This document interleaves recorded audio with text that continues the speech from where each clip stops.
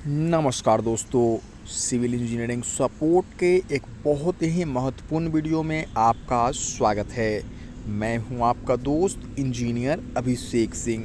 दोस्तों, ये वीडियो बहुत ही अलग और साथ ही साथ आपके बहुत सारे पैसे इस वीडियो को देखने से बच सकते हैं, क्योंकि अगर आपने सही जगह पे सही मटेरियल का इस्तेमाल करवाया तब तो आपके पैसे बच जाएंगे।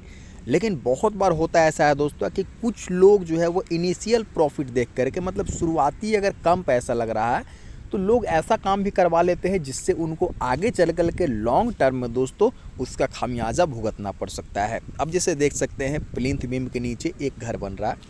प्लिंथ बीम के नीचे आप देख सकते हैं कि रेड ब्रिक यानी कि लाल ईंट लगाया जा रहा है। प्लिंथ बीम के ऊपर दोस्तों फ्लाई ऐश ब्रिक से काम करवाया जा रहा है।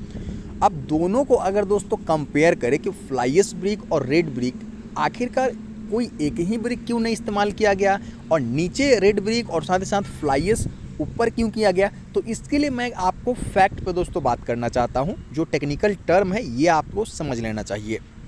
सबसे पहले बात कर लेते हैं कि जो हमारा रेड ब्रिक है, जो लाल ईंट है, वो ईंट को दोस्तों कच्चे मिट्टी जो होती है उसको पका करके बनाया जाता है। तो जिस जगह पे जिस तरह की मिट्टी होती है दोस्तों, उस हिसाब से जो ईंट का स्ट्रेंथ है, मजबूती है, वो तय होता है।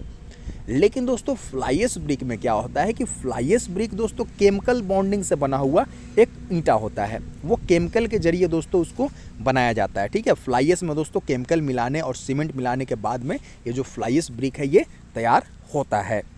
तो अब बात कर लेते हैं कि दोनों में से मजबूती किस में होता है। तो जिस तरह से मैंने बताया कि अलग अलग जगह के अलग अलग मिट्टी होते हैं और साथ ही साथ दोस्तों अलग अलग जगह के अलग अलग जो है वो केमिकल भी कंपनी में इस्तेमाल किए जाते हैं। हर जो फैक्ट्री होता है फ्लाई ऐश ब्रिक का, उसमें अलग तरीके का केमिकल इस्तेमाल किया जाता है। बहुत सारी कंपनियाँ उसकी भी हैं। तो अब बात कर लेते हैं कि एक आम इंसान जिसको कुछ भी नहीं पता है, वो किस तरह से आखिरकार डिसाइड करे कि आपका जो घर बन रहा है वो फ्लाई ऐश ब्रिक से बने या फिर रेड ब्रिक। दोस्तों अब हमारे लिए ज़रूरी हो जाता है कि दोनों के कीमत को कंपेयर करना।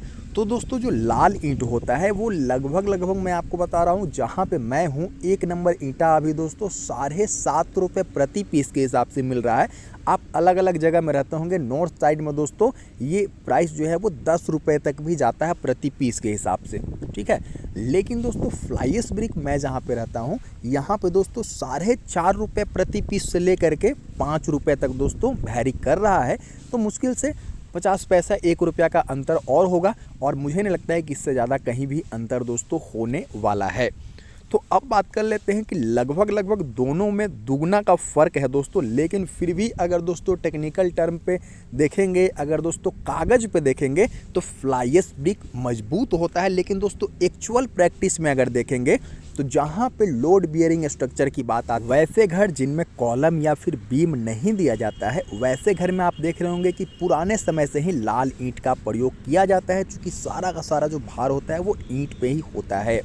लेकिन फ्रेम्ड स्ट्रक्चर में इसके ठीक उलट दोस्तों हमारा जो ब्रिक वर्क है वो सिर्फ और सिर्फ एक पर्दा का काम करता है। जो कि फ्रेम्ड स्ट्रक्चर में जो फ्रेम होता है, यानी कि कॉलम होता है, बीम होता है, सारा का सारा लोड दोस्तों घर का कॉलम और बीम के थ्रू ही ट्रांसफ़र होता है। इसलिए दोस्तों ईंट का उसमें बहुत ज़्यादा लोड बियरिंग के लिए रोल जो है वो नहीं होता है। इतने पॉइंट से आपके मन में एक चीज़ तो क्लियर हो गया होगा कि जहाँ पे लगे आपको कि इस दीवार पे लोड आने वाला है, वहाँ पे लाल ईंट यानी कि रेड ब्रिक का इस्तेमाल कीजिए।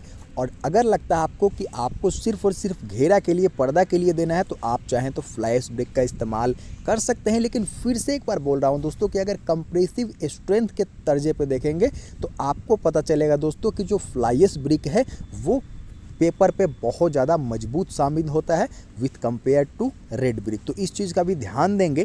जो फैक्ट है वो तो है दोस्तों, लेकिन जो रियल लाइफ में है उसे भी हमें नज़रअंदाज नहीं करना चाहिए। और यहाँ पे जो है वो प्लिंथ बीम से नीचे रेड ब्रिक किया गया है, उसके ऊपर में दोस्तों देखेंगे फ्लाई ऐश ब्रिक का इस्तेमाल किया गया है। ये मेरे ख्याल से बहुत ही सही और सुंदर डिज़ाइन है दोस्तों। इससे इनका जो लागत है वो तो कम हो ही रहा है, साथ ही साथ दोस्तों इस घर की मजबूती से भी कोई भी खिलवाड़ नहीं हो रहा है। तो उम्मीद करता हूं दोस्तों ये सारी चीज़ें अगर आप देखे होंगे, आपके मन में क्लियर हो गया है, तो आप दूसरे को भी बता सकते हैं और चाहे तो वीडियो को भी शेयर कर सकते हैं। आप हमारे बड़े से यूट्यूब फैमिली में शामिल होना चाहते हैं तो चैनल को सब्सक्राइब कर सकते हैं। धन्यवाद दोस्तों।